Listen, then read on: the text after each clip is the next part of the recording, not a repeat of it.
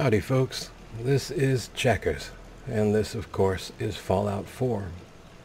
It's been a few days since we've been here at the Starlight Drive-In, and it's been about a week since I've made a video.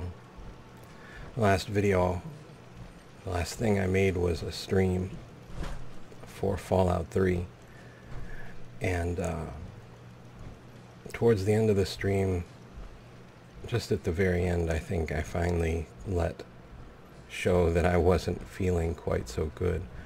I didn't realize at the time how bad I felt or how bad it would get, but it didn't take more than a few minutes before I was on the ground and crying and begging for help. And I was lucky because I had my smartwatch on and I could call my friend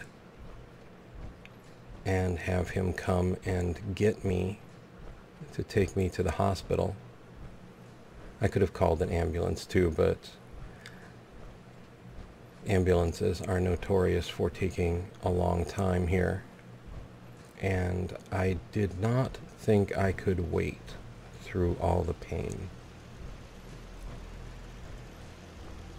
In my life, I have been through a number of things, a number of painful things. Gout, which is an exquisite kind of pain where your body forms crystals that gets in your joints, much like broken glass. I have been in motorcycle accidents. I've been in car accidents. I've been hit in the head. I've had concussions, probably in the dozens. And I've had kidney stones in the past. What started out on the stream was I felt like maybe I'd pulled a muscle in my back. Except it kept getting worse. There was nothing I could do, no way that I could move, and finally it reached a level where I couldn't think. I remember I was trying to hack a computer in Fallout 3 and I noticed someone telling me the word to use, and I couldn't understand what they were telling me, and I couldn't understand what I should be doing, and I knew I was in trouble. It wasn't anything exotic. It wasn't even related to my condition. It was just kidney stones. To say it was just kidney stones is to say that you know, a nuke is just an explosion. Like I said, I've experienced all kinds of pain in my life, but this was unlike anything I had ever experienced. It probably took 40 minutes from the time I called my friend to the time we actually got talking to the front desk at the hospital, so including him to get here, us to get to the hospital, and all of that. Actually a really short time, all things considered. By the time I got there, however, I could no longer think clearly. I couldn't even think like a human. I would tell you that I was thinking like an animal. It took an unfortunate amount of time before the hospital actually admitted me, or, you know, brought me back to the ER. And eventually they did. Before they did, I would say I spent an hour or two in the waiting room, and there were times that I tried to run away from myself, and there were times that I honestly thought if I could just smash my head into a wall, it might finally just let me slip unconscious. I was so disappointed. I've blacked out over so many things, and this I could not. I dreamt of it. I longed for it.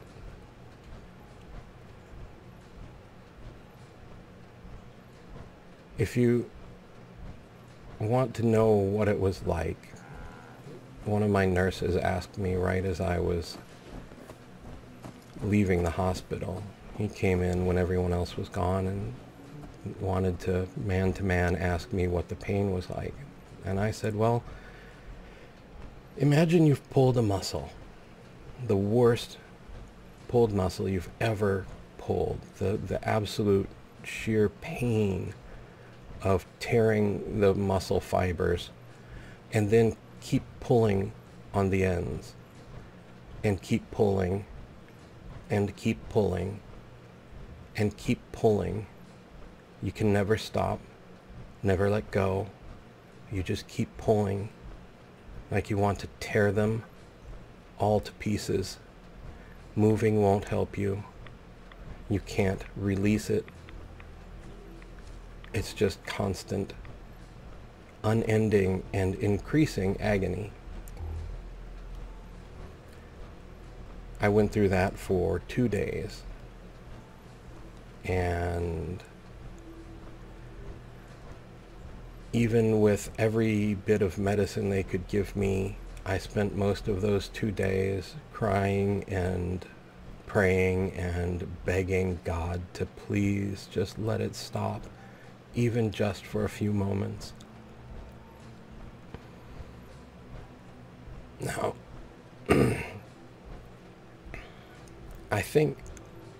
I honestly think, to some degree, I'm a little damaged from that.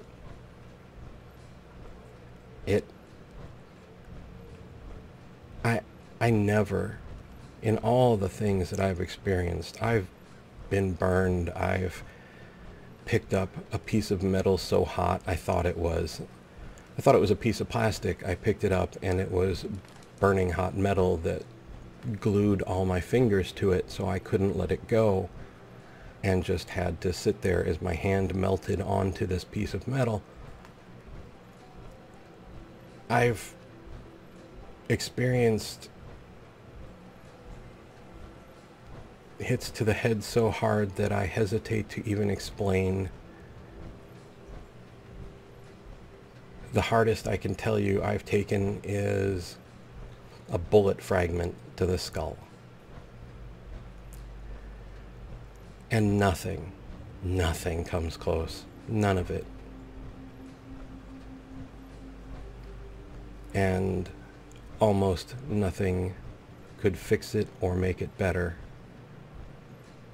Finally, they had to go in the front door, as it were, and use a laser and break this thing up. And then, after a day, I was better. Still broken and damaged. Although I didn't realize it, I wouldn't realize it until I was home from the hospital, and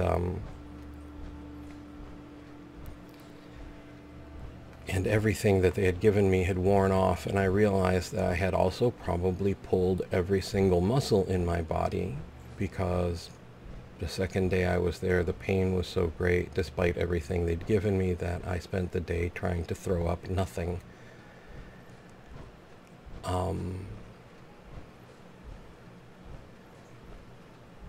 I think what scares me, or scared me, or still terrifies me to this moment, is that I had no idea.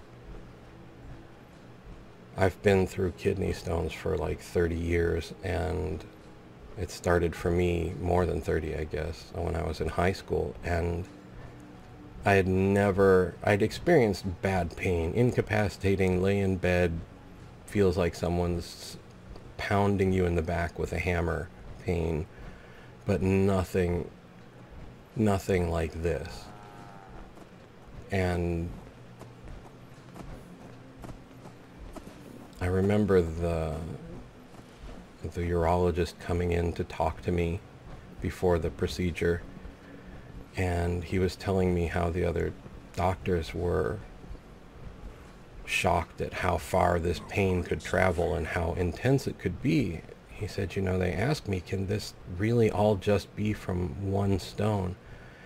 And he said, yeah, oh yeah. And they found the stone within the first hour or two that I had been actually in the ER with a CAT scan. So they knew it was there, and it was just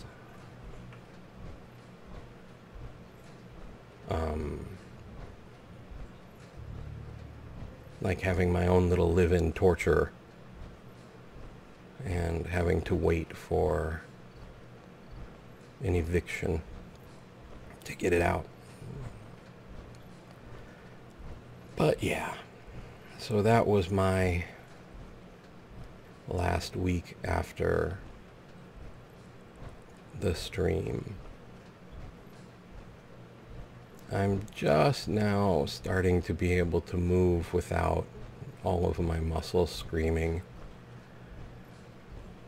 And there are times when I still catch myself just kind of staring off in the distance because I can't quite wrap my head around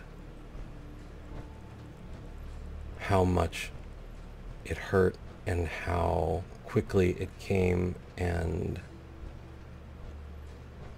how it came out of relatively nowhere. The day before the stream, the day before it happened, I had a stress test that I was a bit upset about because I had failed. Right before I went in, I think was the first time I had a really clear idea that something was wrong, but it felt so temporary. It was just this immediate sharp pain, and I was like, oh well, you know, it happened, but it went away, I'll be fine. But I think now it certainly contributed to my not doing so well on that stress test. On the plus side, through all of this, the hospital was able to gather a great deal of information on me while I was hooked up to everything they had. And hopefully my doctor and the specialists now will have something to really sink their teeth into.